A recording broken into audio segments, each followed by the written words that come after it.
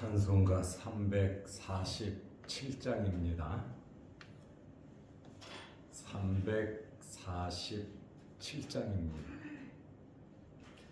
돌아가신 새 땅에 들어가려면 마음의 준비하여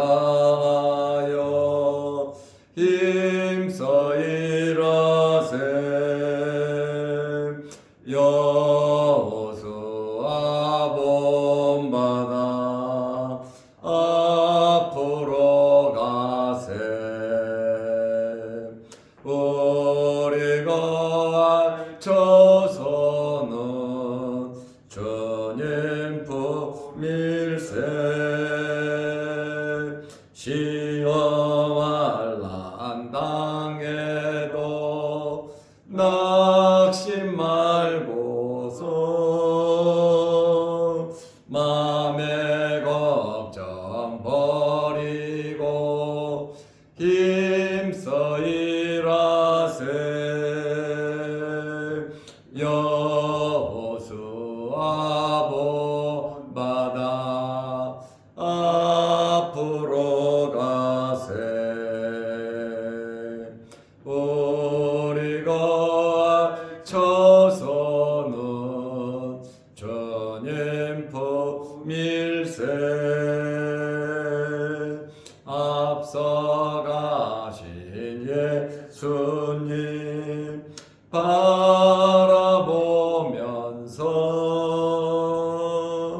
모두 마음을 합하여 힘써 일하세. 여호수아 본받아 앞으로 가세. 우리가 알쳐서는 주님 품일세. 일할 곳이 아직도 많이 있으니 담대하게 나가서 힘써 일하세. 여호수아 본받아 앞으로 가세. 우리가 알쳐서는 주님 품일세. 아멘. 사도신경으로 우리의 신앙을 고백하겠습니다. 전능하사 천지를 만드신 하나님 아버지를 내가 믿사오며 그 외아들 우리 주 예수 그리스도를 믿사오니 이는 성령으로 잉태하사 동정녀 마리아에게 나시고 본디오 빌라도에게 고난을 받으사 십자가에 못 박혀 죽으시고 장사한 지 사흘 만에 죽은 자 가운데서 다시 살아나시며 하늘에 오르사 전능하신 하나님 우편에 앉아 계시다가 저리로서 산자와 죽은 자를 심판하러 오시리라. 성령을 믿사오며 거룩한 공회와 성도가 서로 교통하는 것과 죄를 사하여 주시는 것과 몸이 다시 사는 것과 영원히 사는 것을 믿사옵나이다. 아멘. 하나님의 말씀 사도행전 1장 15절에서 19절 말씀까지 보겠습니다. 모인 무리의 수가 약 120명이나 되더라. 그때에 베드로가 그 형제들 가운데 일어서서 이르되, 형제들아, 성령이 다윗의 입을 통하여 예수 잡는 자들의 길잡이가 된 유다를 가리켜 미리 말씀하신 성경이 응하였으니 마땅하도다. 이 사람은 본래 우리 수 가운데 참여하여 이 직무의 한 부분을 맡았던 자라.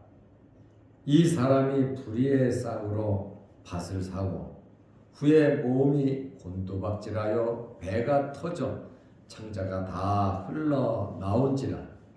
이 일이 예루살렘에 사는 모든 사람에게 알려져 그들의 말로는 그 밭을 아겔다마라 하니 이는 피밭이라는 뜻이라. 아멘. 19절 말씀까지 보았습니다. 예수님께서 하늘로 승천하시고 예수님의 승천을 바라봤던 제자들은 예루살렘으로 돌아와서 다락방에 모였습니다. 1장 13절에 보면 제자들의 명단이 11명 나옵니다. 14절에는 여인들이 나오고 마리아와 예수님의 동생들이 나옵니다. 이들이 다락방에 모여서 한 일이 무엇입니까? 마음을 같이하여 오로지 기도에 힘을 썼습니다.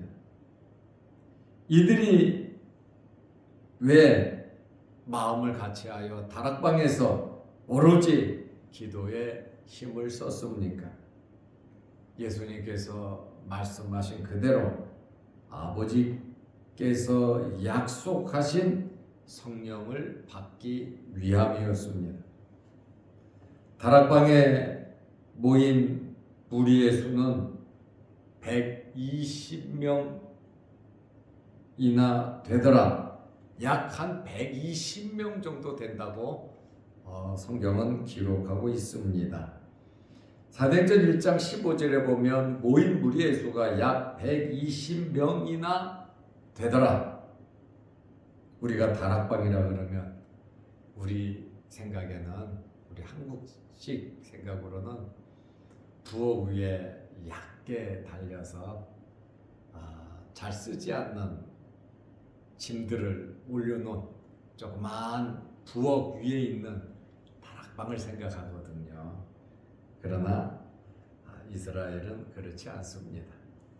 그때에 베드로가 그 형제들 가운데 일어서서 이르되, 지금 다락방에 모인 수가 120명 정도 됐고요.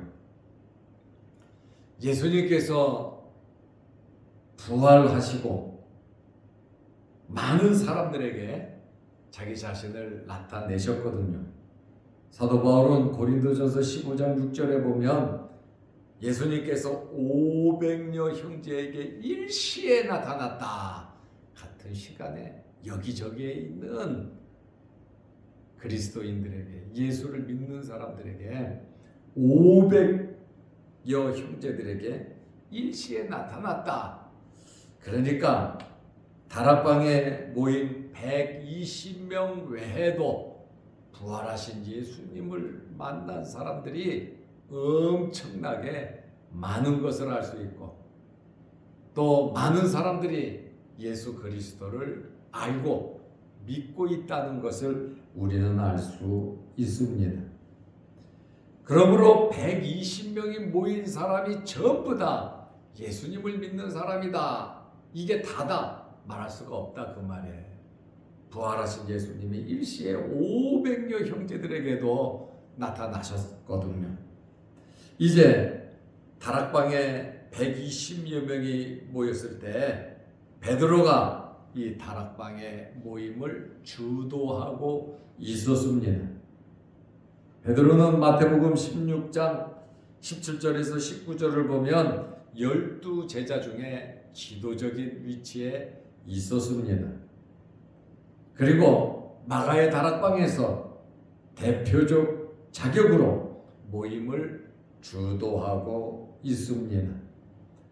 모임을 주도하던 베드로의 첫마디, 예수님을 따르는 사람들 남녀노소 할 것 없이 120명이 모여 있는데 뭐라고 말을 합니까? 1장 16절에 형제들아 그랬습니다. 형제라고 하는 표현을 사용했습니다. 교회 구성원들을 가리키는 최초의 명칭이 바로 형제들아라고 하는 호칭이라는 겁니다. 성령이 다윗의 입을 통하여, 성령께서 다윗의 입을 통하여 예수 잡는 자들의 길잡이가 된 유다를 가리켜 미리 말씀하신 성경이 응하였으니 마땅하도다. 이미 예수님을 잡는 길잡이 가룟 유다에 대해서 성령이 다윗의 입을 통하여 말했는데 그것이 응하였으니 마땅하도다. 이렇게 가룟 유다의 죽음에 대해서 설명을 하고 있습니다.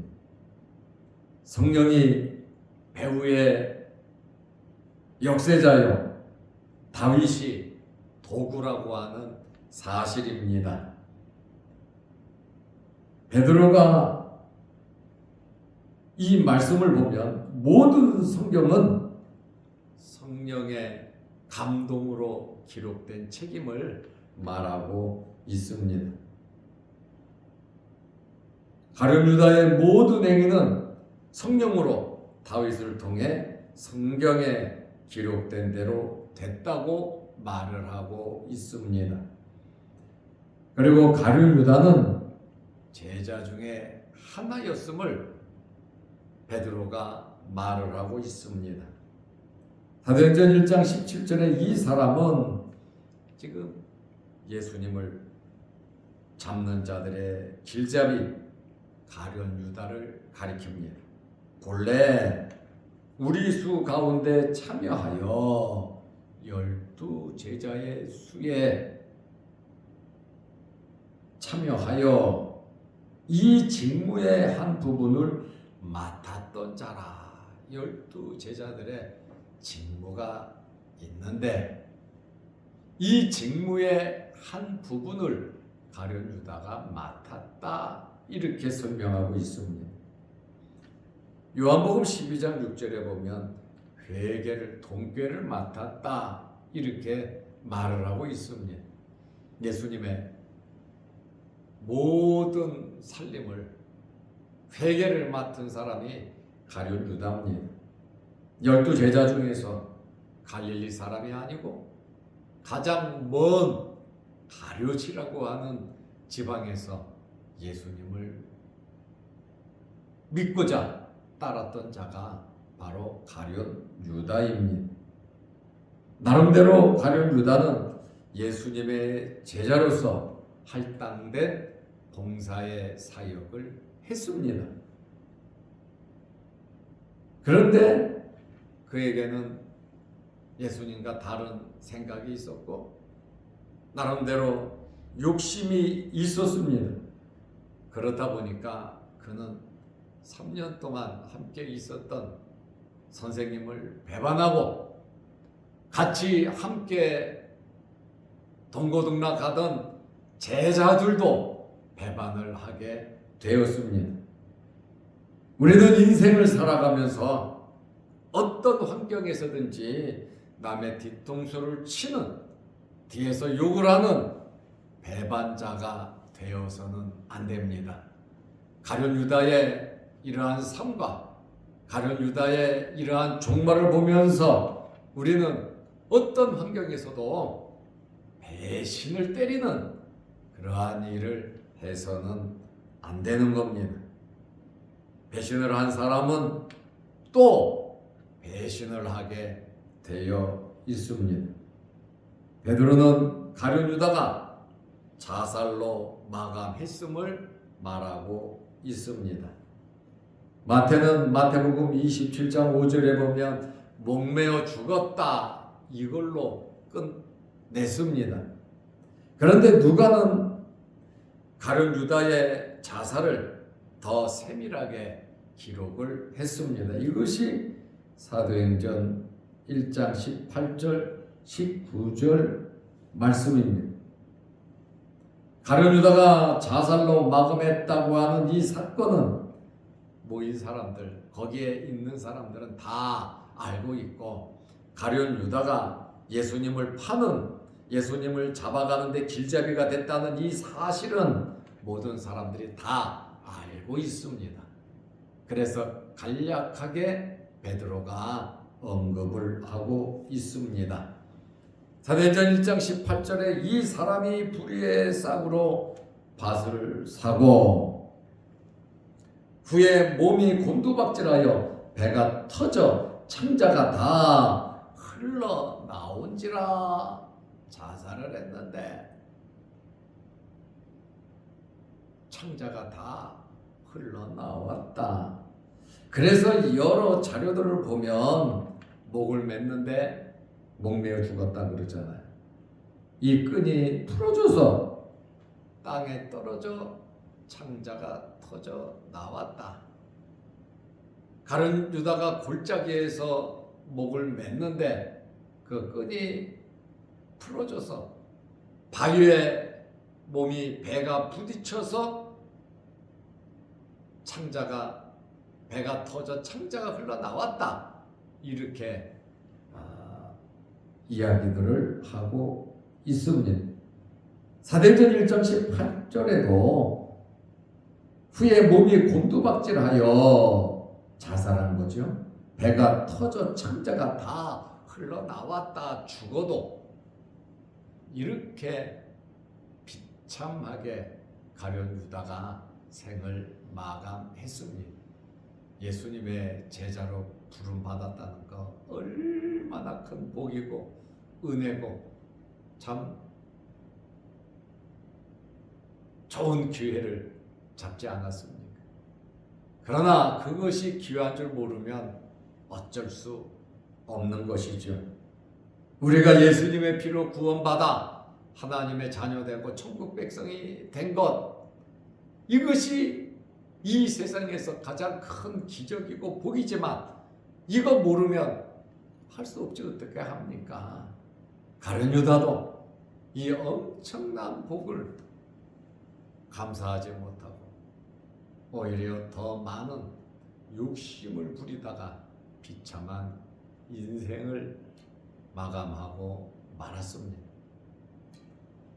출생도 내가 원해서 하는 것도 아니고 죽는 것도 내가 원해서 죽는 것은 아니지만 우리는 살아있는 동안에 하나님을 기쁘시게 하는 하나님의 나라에 유익된 그리스도의 제자들로서 예수를 믿고 따르는 성도들로서 아름답게 살아가시기를 바랍니다.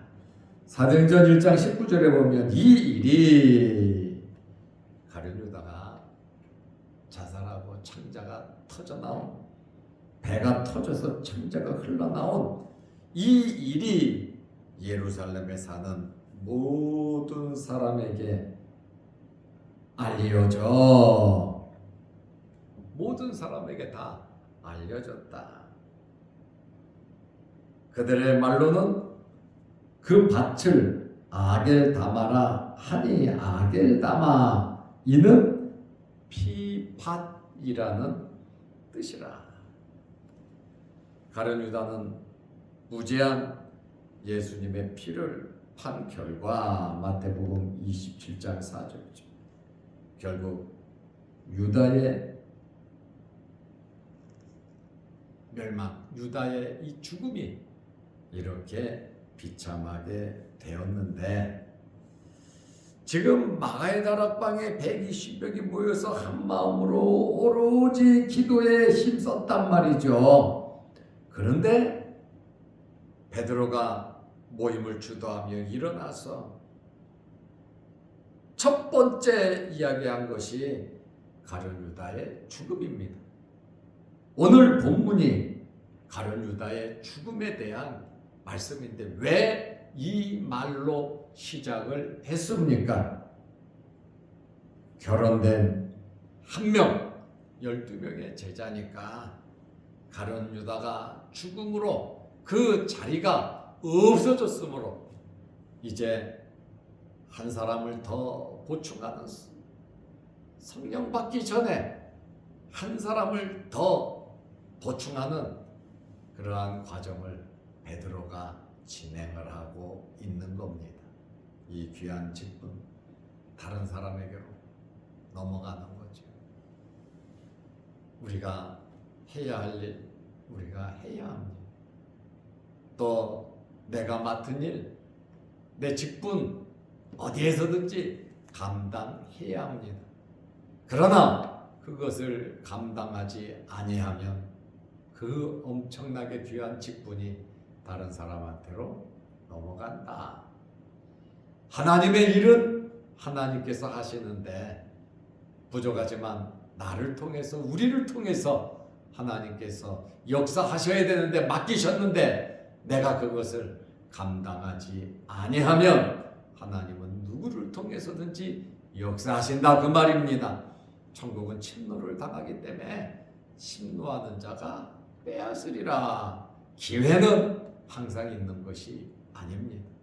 살아있을 때 기회가 있는 것이고 또 현재의 나에게 주어진 위치 환경에서 최선을 다하시고 가룟 유다의 죽음을 보면서 어떤 환경에서든지 직분을 가볍게 여기지 말고 내가 해야 할 일 너무나 귀한 것임을 알고 맡은 사명 잘 감당하시기를 바랍니다.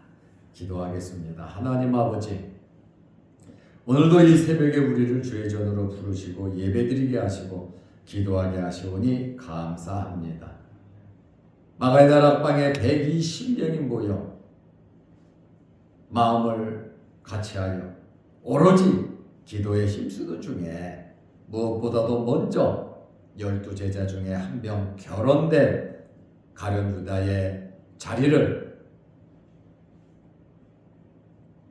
충원하기 위해서 먼저 시작하는 베드로의 이러한 말을 우리가 듣습니다.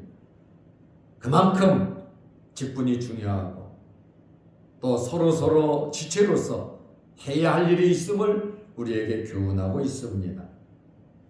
그것을 감당하지 못하면 귀하게 여기지 아니한다면 결국 하나님이 주신 기회, 하나님의 주신 복을 빼앗기고 마는 이러한 말씀을 보게 됩니다. 우리에게 어떤 직분, 위치, 사명을 주셨든지 우리는 잘 감당케 하옵소서. 오늘 하루도 하나님의 자녀로서 복된 삶을 살아가게 하옵시고 영상을 보면서 말씀으로 은혜 받는 성도들에게도 크신 복을 내려주시되 우리가 받은 복이 너무나 많고 하나님의 은혜임을 감사하며 우리에게 주어진 일에 우리 가정에서 일터에서 학교에서 어디에서든지 잘 감당케 하옵소서. 결혼되지 않고 배신하지 아니하고 오로지 주님을 따르는 저희들의 삶이 되게 하옵소서. 예수님의 이름으로 기도하옵나이다. 아멘. 하늘에 계신 우리 아버지여, 이름이 거룩히 여김을 받으시오며 나라 임하옵시며 뜻이 하늘에서 이룬 것 같이 땅에서도 이루어지이다. 오늘날 우리에게 일용할 양식을 주옵시고 우리가 우리에게 죄 지은 자를 사하여 준 것 같이 우리 죄를 사하여 주옵시고 우리를 시험에 들게 하지 마옵시고 다만 악에서 구하옵소서. 대개 나라와 권세와 영광이 아버지께 영원히 있사옵나이다. 아멘. 자유롭게 기도하시기 바랍니다.